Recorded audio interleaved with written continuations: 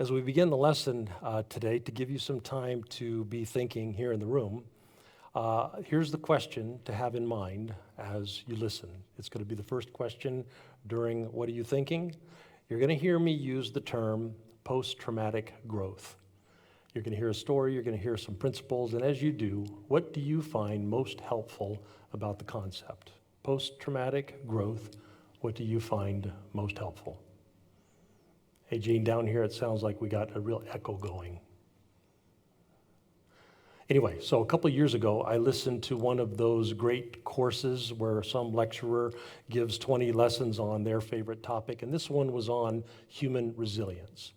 And in the process of that course, the lecturer told the story of POWs coming home after Vietnam, in particular coming home from the infamous Hanoi Hilton. And their experience was trauma, their experience was pain, their experience was torture. And every one of them in their minds had failed because to a person they had all given up secrets under torture, secrets that they had sworn not to reveal. But here's the thing, in studies done on these POWs after their return, first of all, only 3% of them came home with PTSD. But more notably, and this was not the lecturer's language, this is the language we've been using in this current lesson, they came home having discovered a reality bigger than they had known. And they came home having discovered their great gift to give. A large percentage of them became CEOs and became some senators and became leaders in their community. Their fierce, strong military persona was broken, and yet they came home with a great gift to give. So a question for us then is, what's going on? And again, not the lecturer's language, but the language of the hero's journey. They accepted the invitation. They left home, left the norms and the beliefs and the behaviors of the village. They encountered trials and troubles and ordeals. They suffered in their minds. They failed, prime candidates for PTSD, but this group did something else as well. Something that assured that what happens after the dark night happened for them. They bonded together, sometimes under very difficult circumstances to do so, and they began telling one another their stories. They told their stories of failure without recrimination. They created a culture in which they could talk about their failures. They told their stories of suffering. They told their stories of torture to one another. They told their stories of letting down their comrades and letting down their nation. They told their stories together, and they created, in very challenging circumstances, a community of belonging and a community of storytelling. Because it turns out, studies have recently shown, build a storytelling community, even in the Hanoi Hilton, and our brains find meaning in our experiences. Tell our stories about trauma. Tell our stories about shame. Tell our stories about failure. Tell our stories about the dark night stripping down our persona selves. Do that, and in the telling, we actually change our brains, rewire our brains by finding meaning in our experience. We digest our experience in the telling of our stories. We break them down into manageable sizes. We tell the story of ordeal. We tell the story of the dark night. We tell the story of being stripped down to the core, breaking that story down, breaking those experiences down so that we can digest them. We rewire our brains, and we develop the interior capacity for emotion regulation. We discover meaning in our experiences. Okay? So this lesson, the framework has been the hero's journey. We leave home, find a reality greater than we had known, find our great gift coming home to give it. Now, if you missed, you can have a listen online because we've covered a lot of material so far. Today, on the other side of the dark night. When I was in graduate school, I had a professor say something just in passing during office hours one day, and it really stuck with me. I still remember it. I remember where I was when he said it. And you know how that goes. You hear 100 things over the course of a day or a life, and you hold on to one of them, or 3 of them, or 5 of them. Well, this is the one that stuck with me. So pain, he said, and when you hear him say pain, think trials and ordeals, the troubles that we're talking about in the dark night. Pain does one of two things in people's lives, he said. It will either refine us or it will make us bitter. It refines or it embitters, pain does. Well, I think that connected with me because I'd seen a lot of embittered pain experiencers. I did not want to become what I had seen. And so I set out to figure out how to not get bitter in my pain, how to not settle for anger, how to instead be refined, how to instead be made better. There's a proverb that you will hear me cite all the time: when the pupil is ready, the teacher will appear. And I cite that proverb all the time because it has happened to me so many times in my life. Because as soon as I was ready to not be embittered, to not settle for anger in response to my pain, a teacher appeared. And he told me what's what.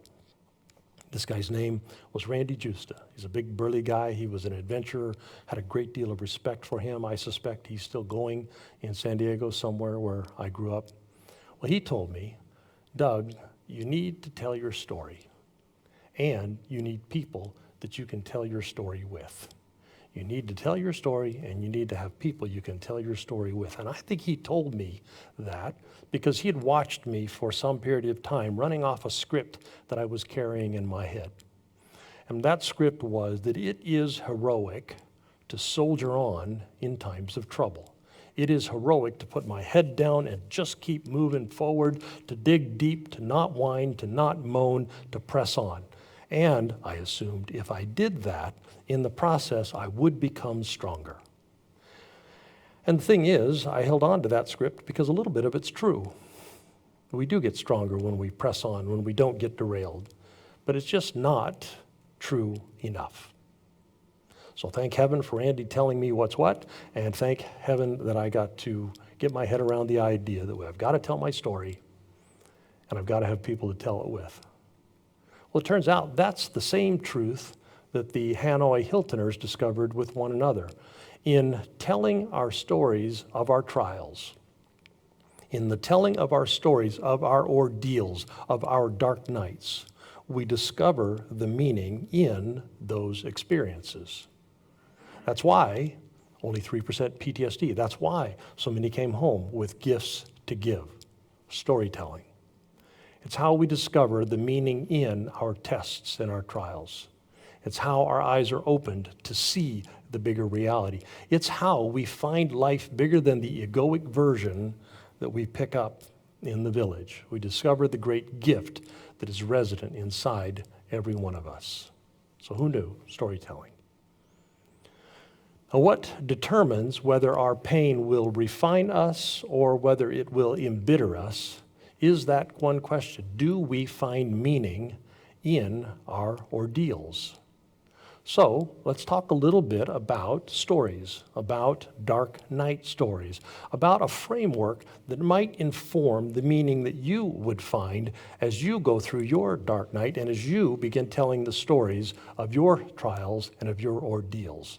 And this is a 3-phase framework around the demise of the egoic self. Because again, the dark night is all about the demise of the egoic self, and here's kind of how it happens. This might inform how you tell the story of your experience. We said last time that our fatal flaws are really just the flip side of some self-defining strength. And that strength is core to us, but it's a core lie. It's not big enough to sustain us for the reality that is greater within. So when the dark night comes, it's going after that core lie. It's going there to unravel this ego version of self. But here's the tricky part. Part of the process of unraveling the ego self gets really counterintuitive, because one of the important functions of our trials, one of the important functions of our troubles is actually to build up our egoic selves. which, after everything that we've said, that just sounds crazy, doesn't it? Because we're going to build up this egoic self to what? Then turn around in a little bit and then tear it down? Well, kind of, yes, that's what we're going to do. So, I think this will help. The undoing of the ego in 3 phases. In phase 1, troubles come, but we are not up to them. They overrun us, especially the big hairy ones. That happens when the ego is still small, when the ego is still developing. It's not very powerful. It's still a little bit fragile. Our ego energies, they're designed to help us survive, are not quite up to the intensity of the troubles that hit us. Pray God, when we're at this stage, we've got people around us who love us, guard us, and protect us. So, in that phase, troubles happen to us. Bad people do bad things to us. Bad weather does bad things to our plans. Bad circumstances are forces that are allied against us, against which we have very little power. The ego, still undeveloped, is too weak to overcome our troubles, our trials. So, in a counterintuitive way, what these trials actually do, especially the early ones, they build up our ego's strength. They give us the opportunity to vanquish our troubles. They give us the opportunity to overcome our trials. And when we do that, we begin to feel a little bit more powerful. We begin to feel a little bit more in control. Until then, we feel fearful in the face of our troubles. We feel reactionary. Until then, we feel under attack. Until then, we can't successfully navigate our troubles. We say things like, why me? Why does this awful stuff keep happening to me every time? Why? But if those trials didn't build up our ego, here's the thing, we wouldn't survive.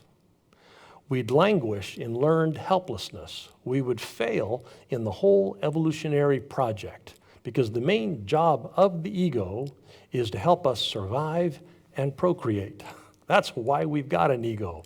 It's a survival construct. It's an evolutionary adaptation designed to keep the species alive, to drive us toward the goal of advantaging the individual, surviving and procreating, and then advantaging the offspring. So, we should all be very happy that ego is in there doing what ego does, because we are here because it does, because it has done it for us and it's done for those who went before us. But as we'll see, building the strong ego is only the beginning of this human developmental journey. So, phase 1, ego isn't up to the troubles that beset us. Now, even so, we can get stuck in phase 1 because there is comfort to be found even there. Here's an example, righteousness. Righteousness feels really good, and it can feel very comforting. So when our ego is not up to our troubles, we can say to ourselves, I am right and I am being wronged.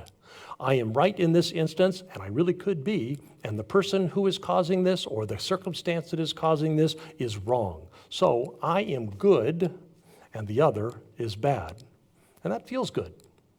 And it maybe feels good enough that I might be tempted to stay in phase 1 of the decline of the ego. It's also comforting to gain the sympathy of other people, because others will sympathize with us when we face troubles and trials. They should, because that's part of being human. And it feels good to be supported. It feels good to be cared for. It feels good to be loved. And it really is good. Those things are good. But it might feel good enough that we would be tempted to not let trials do what trials do. Strengthen us. Strengthen our ego selves. Teach us to find the reserves within that will be required to overcome our trials. So, a couple of potential pitfalls, but that's not usually where human beings stay. Usually what human beings do is move on from phase 1 to phase 2. And in phase 2, troubles come and we learn to vanquish them. Troubles come and we learn to overcome them. We dig deeply into our ego resources. We dig deeply into our cleverness and our persistence and our hard work. We marshal our ego resources and we overcome the trial. We come out the other side. We learn to get ourselves out of trouble. And in the process, we build stronger ego personas. Now that makes this phase the trickiest one, because as our egos feel stronger, we feel stronger. We feel more powerful. We feel like we can handle stuff. We feel like if a push comes to shove, I'll be able to dig deeply again and I'll be able to get out of the next thing just like I got out of the last thing. And compared to where we were in phase one, that's a good thing. We can even begin to believe that we are moving beyond the constraints, the limits of the village, because when we look around the village, we might find that our ego persona is actually stronger than other people's ego persona, which again feels good, so much better than phase one. We reclaim our power, we accept challenges, we make stuff happen. We get happy, we get problem solver happy, we get strong ego happy, we tackle things, and then after we tackle even bigger things. And it feels like this is how we fulfill the human destiny, which is why this is the trickiest of the phases, because it's not the best. It's better, but it's not the best. In fact, it's the worst enemy of the best, because we do get stronger, and we get better at high jumping, only to find out that the game is really archery. Yeah, that's an Olympic reference right there. So, of course, it's disorienting when the dark night comes along with the express intent of undoing all the hard work that it took to make the weak ego strong. But that is what happens. And it's good that we did phase two, because a strong ego makes it more possible to do all of the work of dismantling that is required during the dark night of the soul. Stripping our core lie down goes better with a strong ego. So when we move out of phase two, we begin coming out the other side of the dark night. The growth on the other side actually becomes the essence of this whole journey that we've been talking about for all of these weeks. Because on the other side of the dark night is where we begin to find the reality greater than we had known. On the other side of the dark night is where we begin to find a reality that is bigger than the ego project. After the dark night has done what it does, stripped the false self down to the core, we begin to catch glimpses of life beyond ego, glimpses of the deep source that each of us carries within, the great reality and the great gift that we carry within us. And when the dark night strips the ego down, it is clearing away the impediments and the obstacles that keep us from finding that rich source, which is there, and it is always there. It has always been there. Now, I know, because I have thought this to myself, that just sounds so ethereal, and that just sounds so abstract, it does not sound like real life stuff. But it is the experience of so many who have gone before us. It's been built right into our religious stories. It's been built right into our myths and fables. It's been discovered by developmental psychology. It only seems like pie in the sky when village think has a stranglehold on us. There is an interior source within each of us that is deeper than ego. There is an interior source within us that is bigger than the village persona, deeper wisdom, deeper capacity, deeper strength, deeper insight, deeper than ego. And we grow into it on the other side of the great stripping, on the other side of the dark night. So here is this vast body of human experience telling us that the all-consuming ego self is not all there is to us. What we call the inner divine, others call by other names, but when we find it, we find a source bigger than this stitched together version of ego that we built on top of some arbitrary strength that we happen to be born with. That's just not big enough for this life. And when that happens, on the other side of the dark night, our field of vision begins to expand. We begin to see much more than the part, and it's usually the ego project part that we are consumed by. We begin to see much more than the part, and we begin to see the interconnected whole.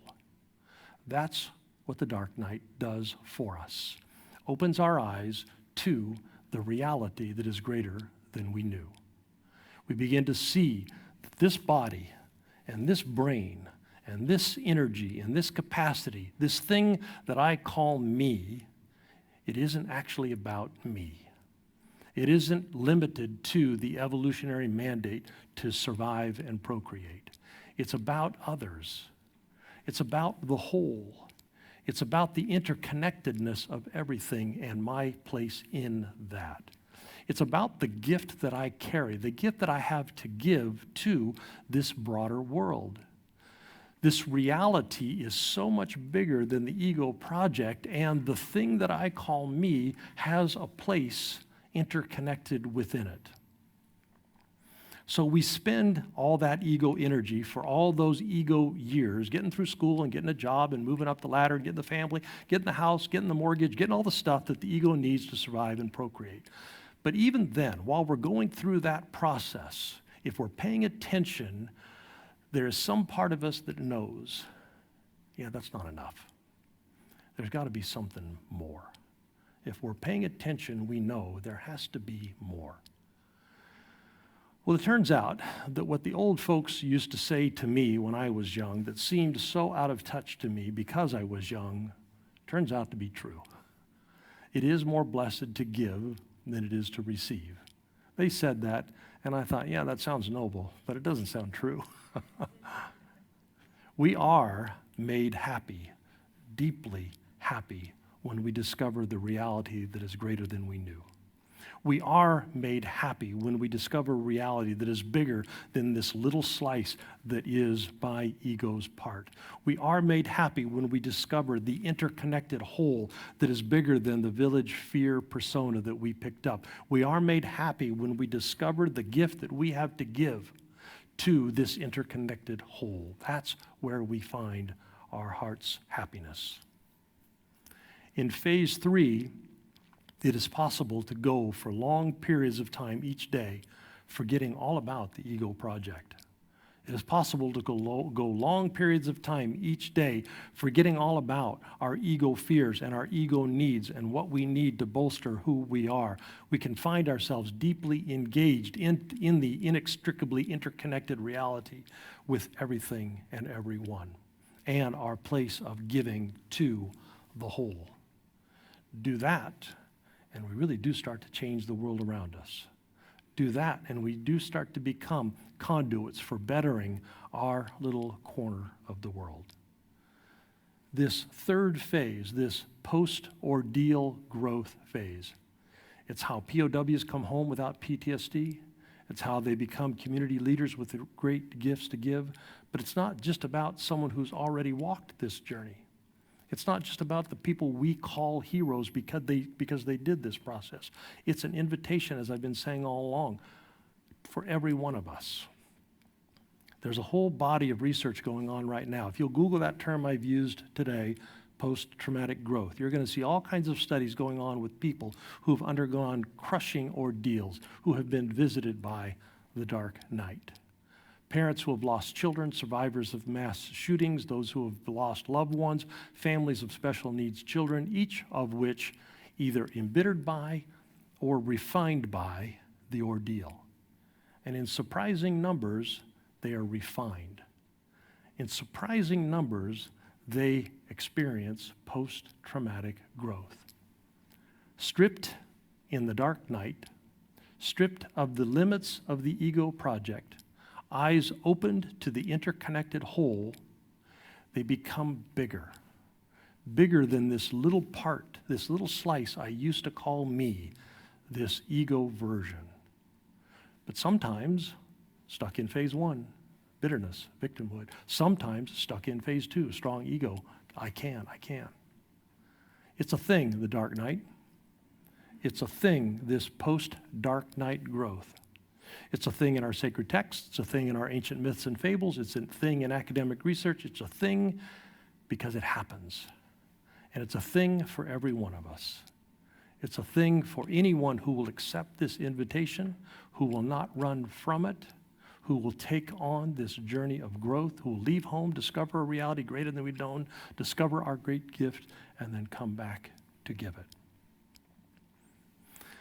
And so, indwelling divine, may we be a storytelling community, a place where we can help one another build strong egos and then walk with one another as those egos get torn down. May we find the greater reality, find our great gifts to give, and then give them. May that be so among us. Amen. Well, if you would, please prepare your tithes and offerings. We all give, as we've been saying online now. And as you hear me say all the time, spiritual community is a great place to invest when we give our time and our energy and our love and our dollars to a community. The return on investment is profoundly transformative. So you can give on your phone, go to the donate button there on our website.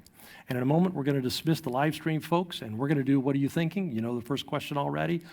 Post-traumatic growth, what about that concept do you find the most helpful? I've put all 3 questions into the live stream notes if you'd like to do them at home. So if you would, let's please put our hands on our hearts and remember that we are, every one of us, carriers of the indwelling divine. Love and joy and peace, kindness, goodness, strength, courage, virtue, all that we need is in us because we carry the inner light.